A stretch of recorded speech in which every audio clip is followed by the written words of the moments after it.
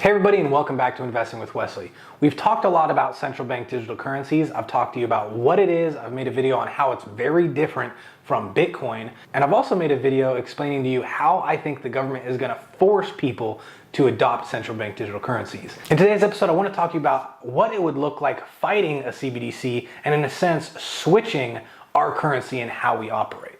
So with that being said, let's get into it. Okay, so for starters, if you're not familiar with CBDCs at all you need to know for the purpose of this video right now is that a CBDC is a central bank digital currency that is programmable money.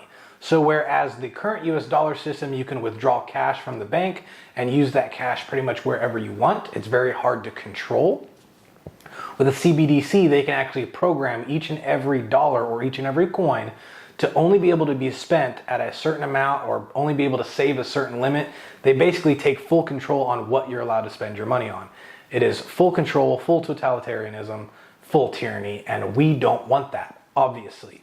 So I've been telling you guys to watch out for CBDCs, stockpile gold, stockpile Bitcoin, other currencies out there, other real money. That way you have the ability to still spend your money however you want if this thing gets rolled out. Now, one of you guys asked a very good question. What would it look like to switch currencies? If the US currency is going to switch to CBDCs and I'm telling you guys to go against that and fight it, what would that look like? How would you do your mortgage in Bitcoin or gold? How would you do investing or anything else like that, your daily spending? What would it look like to switch currencies and how would it work? Well, in order to answer that, we have to take a look at Lebanon, because Lebanon, believe it or not, is currently experiencing this as we speak. They're not so much experiencing the CBDC threat, they're experiencing the devaluation of their currency. In 2019, Lebanon was a victim to a 30+% dip in their GDP.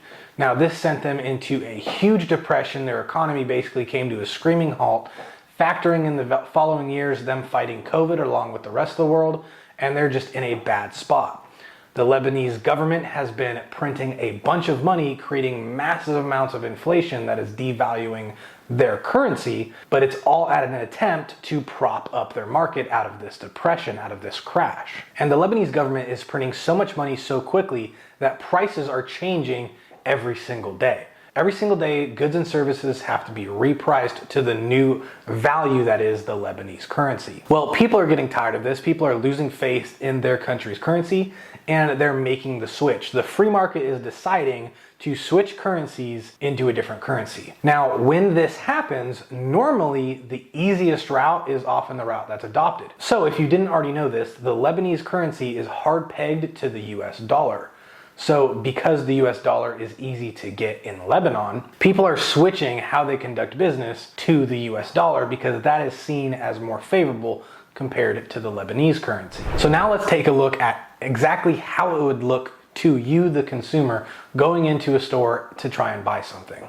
If you were in Lebanon and you were experiencing this firsthand, what it would look like is you going into the store to buy a thing of bread, milk, or whatever it may be, and you'll actually see two different prices. You'll see the lira or the Lebanese currency price, and then you'll see the US dollar price. Now, at the start of a currency switch, the secondary price, the non-native currency, is going to be extremely volatile. Just like they see the Lebanese currency happening right now, the non-native currency would be very volatile, meaning the prices would go up and down for that currency, but remain mostly stable for the native currency. So in this example, if we were here in the States, you would see the US dollar price remain relatively stable, whereas the gold or Bitcoin price would be going up and down wildly. Now, that is step one of a currency switch.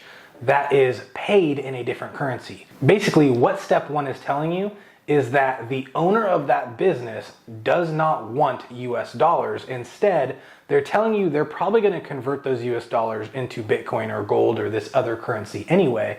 So they might as well just accept that currency. So you could just pay me in it and it cuts out the middleman of the exchanges. Now that is paying in a different currency.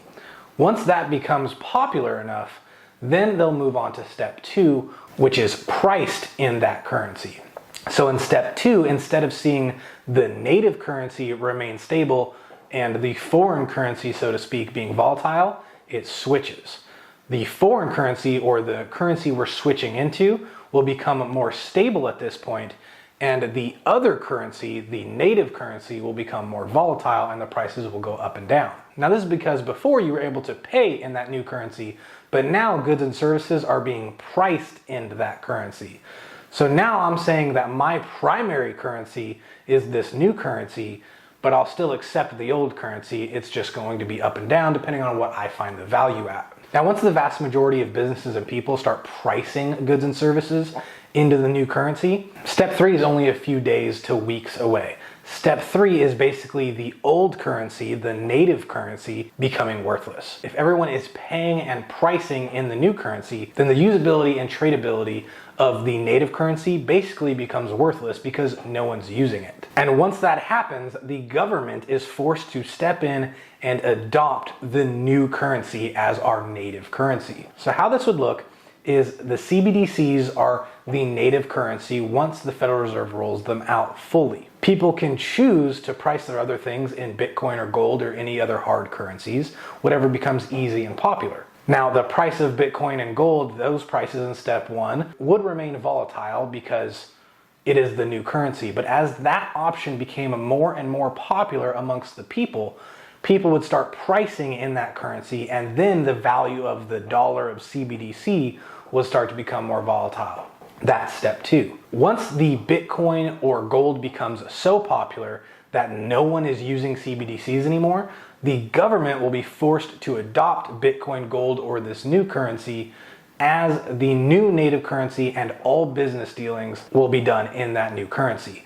It's at that point where mortgages will be handed out in Bitcoin or gold. The stock markets will be revalued to determine you have this amount instead of dollars. It will be in gold value or in silver value or crypto value. Once the government is forced to make the switch, that's when everything else in our economy, in our system, switches over as well. So this entire time people are fighting against the native currency, whether it's the Lebanese dollar or CBDCs. The entire time people are fighting against this to choose gold or Bitcoin or any other currency. Stocks, retirement accounts, taxes, everything else will still be paid in the dollar currency, in the native currency. It's only when it becomes so popular that things become priced in the new currency that it forces the government's hand to accept that we don't want CBDCs and instead are choosing a different form of currency. Okay, so we understand that CBDCs are bad and that we should fight them. We also understand how a currency switch should work. But what if you're someone who's too late? You saw this video too late and you didn't have a chance to prepare and use your free dollars right now to buy Bitcoin or gold. Let's just say we've already gone into CBDCs, and because they're programmable money, they're not gonna let you buy things that help you escape the matrix, so they're not gonna let you buy gold or buy Bitcoin with a CBDC.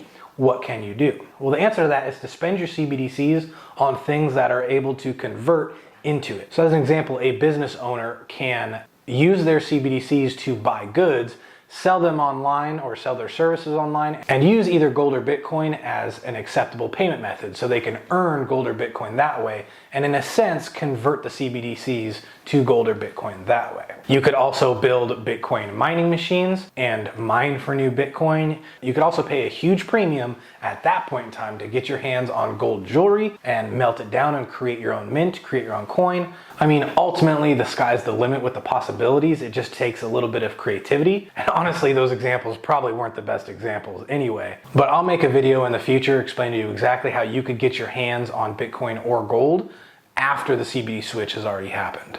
Hopefully it doesn't come to that, but we'll see, as long as you subscribe and stay tuned.